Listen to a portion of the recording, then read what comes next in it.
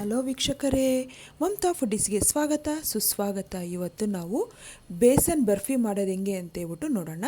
ಇದು ಕಡಲೆ ಹಿಟ್ಟಿಂದ ಮಾಡಿದ್ರೆ ನಮಗೆ ಮೈಸೂರು ಪಾಕ್ ಟೇಸ್ಟೇ ಕೊಡುತ್ತೆ. ಟೇಸ್ಟ್ ತುಂಬ ಚೆನ್ನಾಗಿರುತ್ತೆ. ಮಾಡೋದಂತೂ ತುಂಬ ಸುಲಭ. ಬನ್ನಿ ಹೆಂಗೆ ಮಾಡೋದಂತೇಳ್ಬಿಟ್ಟು ಟೇಸ್ಟಿಯಾದಂಥ ಬರ್ಫಿನ. ಒಂದು ಕಡಾಯಿ ತೊಗೊಂಡು ಕಡಾಯಿಗೆ 1/4 ಕಪ್ಪು ತುಪ್ಪ ತೊಗೊತಾ ಇದ್ದೀನಿ. ತುಪ್ಪ ಕಾಯ್ತಿರೋವಾಗ ಇದಕ್ಕೆ 1 ಕಪ್ಪು ಕಡಲೆ ಹಿಟ್ಟು ಹಾಕ್ಕೋಬೇಕು. ನಾವು ಮನೆಯಲ್ಲಿ ಯಾವ ಕಪ್ಪು ಯೂಸ್ ಮಾಡ್ತೀವೋ ಬಳಸ್ತೀವೋ ಅದೇ ಕಪ್ಪಲ್ಲಿ ಮೆಜರ್ಮೆಂಟ್ ತೊಗೊಳ್ಳಿ. ಅದನ್ನು ಲೋ ಫ್ಲೇಮಲ್ಲಿ ಇಟ್ಕೊಂಡು ಚೆನ್ನಾಗಿ ಮಿಕ್ಸ್ ಮಾಡಿಕೊಂಡು ಫ್ರೈ ಮಾಡ್ಕೋಬೇಕು ನಾವು.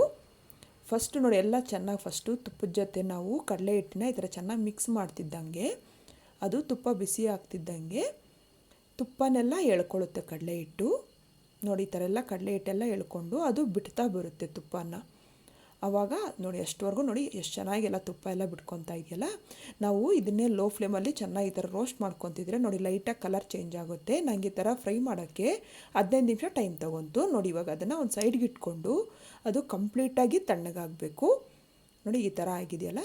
ಇವಾಗ ಅದನ್ನು ತಣ್ಣಗಿಟ್ಬಿಟ್ಟು ಒಂದು ಸ್ಟೀಲ್ ಪ್ಲೇಟ್ ತೊಗೊಂಡು ಅದಕ್ಕೆ ತುಪ್ಪನ ಎಲ್ಲ ನೀಟಾಗಿ ಸವರ್ಕೋಬೇಕು. ಇದನ್ನೊಂದು ಸೈಡ್ಗೆ ಇಟ್ಕೊಂಡು ಒಂದು ಸಪ್ರೇಟ್ ಕಡಾಯಿ ತೊಗೊಂಡು ಅದಕ್ಕೆ 1/2 ಕಪ್ಪು ಸಕ್ಕರೆ ತೊಗೊತಾ ಇದ್ದೀನಿ. ಅದಕ್ಕೆ 1/4 ಕಪ್ಪು ನೀರು ಹಾಕಿ ಅದನ್ನು ಮೀಡಿಯಮ್ ಫ್ಲೇಮಲ್ಲಿ ಇಟ್ಕೊಂಡು ಚೆನ್ನಾಗಿ ಮಿಕ್ಸ್ ಮಾಡಿಕೊಂಡು ಪಾಕ ತೊಗೋಬೇಕು. ನೋಡಿ, ಈ ಥರ ಎಲ್ಲ ಸಕ್ಕರೆ ಎಲ್ಲ ಮೆಲ್ಟಾಗಿ ಪಾಕ ಎಷ್ಟಿರಬೇಕು ಅಂದರೆ ನೋಡಿ, ಈ ಥರ ನಾವು ಮುಟ್ಟಿ ನೋಡಿದ್ರೆ ಅದು ಈ ಥರ ಎಳೆಯ ಪಾಕ ಬರಬೇಕು. ನೋಡಿ, ಈ ಥರ ಎಳೆದ ತಕ್ಷಣ ಅದು ಒಂಥರ ದಾರ ಥರ ಬರಬೇಕು, ಆದರೆ ಅಂಟಬಾರ್ದು. ನೋಡಿ, ಈ ಥರ ಅಷ್ಟೇ. ಈಗ ಅದನ್ನು ಸ್ಟೌವಿಂದ ಕೆಳಗಡೆ ಇಳಿಸ್ಕೊಂಡು ನಾವು ಕಡಲೆ ಹಿಟ್ಟನ್ನ ಹುರಿದಿದ್ದೀವಲ್ವ, ಆ ಕಡಲೆ ಹಿಟ್ಟು ಜೊತೆಗೆ ಮಿಕ್ಸ್ ಮಾಡ್ಕೋಬೇಕು. ಪಾಕನೆಲ್ಲ ಹಾಕ್ಕೊಂಬಿಟ್ಟು ಚೆನ್ನಾಗಿ ಮಿಕ್ಸ್ ಮಾಡ್ಕೋಬೇಕು. ಬಿಸಿ ಇದ್ದಾಗೆ ಸಕ್ಕರೆ ಪಾಕನ ಮಿಕ್ಸ್ ಮಾಡ್ಕೋಬೇಕು.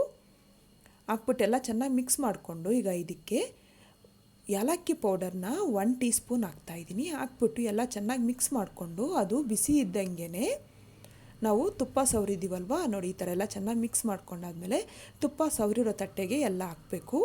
ಸ್ವಲ್ಪ ಆದಷ್ಟು ಬಿಸಿ ಬಿಸಿ ಇದ್ದಾಗೆ ಮಾಡ್ಕೊಬಿಡ್ಬೇಕು, ಇಲ್ಲಾಂದರೆ ಅದು ಗಟ್ಟಿಯಾಗೋಗ್ಬಿಡುತ್ತೆ. ಅದಕ್ಕೋಸ್ಕರ ಪ್ಲೇಟಲ್ಲಿ ಹಾಕಿದ್ಮೇಲೆ ಎಲ್ಲ ನೀಟಾಗಿ ಒಂದೇ ಸಮ ಬರೋ ಥರ ನಾವು ಸ್ಪ್ರೆಡ್ ಮಾಡ್ಕೋಬೇಕು ಅದನ್ನು. ಇವಾಗ ಅದಕ್ಕೆ ಗಾರ್ನಿಷ್ಗೋಸ್ಕರ ನಾನು ಡ್ರೈ ಫ್ರೂಟ್ಸ್ನ ಹಾಕ್ತಾಯಿದ್ದೀನಿ. ಗೋಡಂಬಿ ಮತ್ತು ಬಾದಾಮಿ ತುರಿದಿರೋದು ಹಾಕ್ತಾಯಿದ್ದೀನಿ. ಹಾಕ್ಬಿಟ್ಟು ನೋಡಿ, ತಣ್ಣಗಾದ್ಮೇಲೆ ಎಷ್ಟು ಚೆನ್ನಾಗಾಗಿದೆ ಅಂತೇಳ್ಬಿಟ್ಟು ಈಗ ಇದನ್ನು ಒಂದು ಚಾಕು ತೊಗೊಂಡು ಬರ್ಫಿ ಶೇಪಲ್ಲಿ ನಾನು ಕಟ್ ಮಾಡ್ತಾಯಿದ್ದೀನಿ. ಸ್ವಲ್ಪ ಬಿಸಿ ಇದ್ದಾಗೆ ಕಟ್ ಮಾಡಿಕೊಂಡ್ರೆ ಚೆನ್ನಾಗಾಗುತ್ತೆ. ನಂದು ತಣ್ಣಗಾಗೋಕ್ಕೆ ಒಂದು ಅರ್ಧ ಗಂಟೆ ಟೈಮ್ ತೊಗೊಂತು. ನೋಡಿ, ಈ ಥರ ಎಲ್ಲ ತಣ್ಣಗಾದ್ಮೇಲೆ ನೋಡಿ, ಈ ಥರ ಎಲ್ಲ ಸರ್ವಿಂಗ್ ಪ್ಲೇಟ್ಗೆ ಸರ್ವ್ ಮಾಡಿಕೊಂಡ್ರೆ ಆಯಿತು. ನೋಡಿ, ಇಷ್ಟೇ ಆಗಿದೆ. ನೀವು ಮನೇಲಿ ಟ್ರೈ ಮಾಡ್ತೀರಲ್ವಾ, ತುಂಬ ಸುಲಭವಾಗಿದೆಯಲ್ಲ. ಇಷ್ಟ ಆದರೆ ಲೈಕ್ ಮಾಡ್ತೀರಲ್ವಾ. ನನ್ನ ಚಾನಲ್ಗೆ ಸಬ್ಸ್ಕ್ರೈಬ್ ಮಾಡೋದು ಮಾತ್ರ ಮರಿಬೇಡಿ. Thank you.